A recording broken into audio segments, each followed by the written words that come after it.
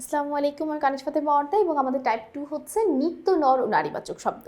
নিত্য নর ও নারীবাচক শব্দ দ্বারা কি বোঝানো হয়? যাদের কোনো ধরো নিত্য পুরুষবাচক শব্দ হচ্ছে যার কোনো স্ত্রীবাচকতা নেই, আর নিত্য স্ত্রী শব্দ বা নারী শব্দ হচ্ছে যার কোনো পুরুষবাচকতা নেই।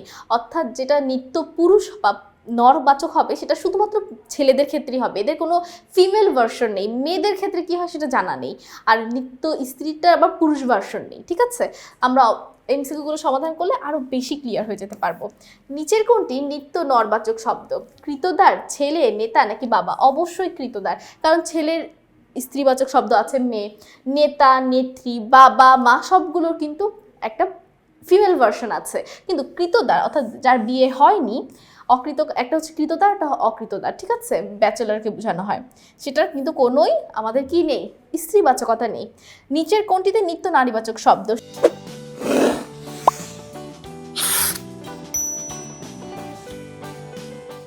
শিক্ষিকা, জেলেনি, মেয়ে, সতীন। সতীন, সতীনের কোনো পুরুষ ভাষা নেই। ঠিক আছে, দেখবা একটা মেয়ে মেয়ে সতীন হয়, কিন্তু ছেলে ছেলে কিন্তু সতীন হয় না, বা ছেলেদের জন্য কোনো নির্দিষ্ট শব্দ নেই বাংলায়।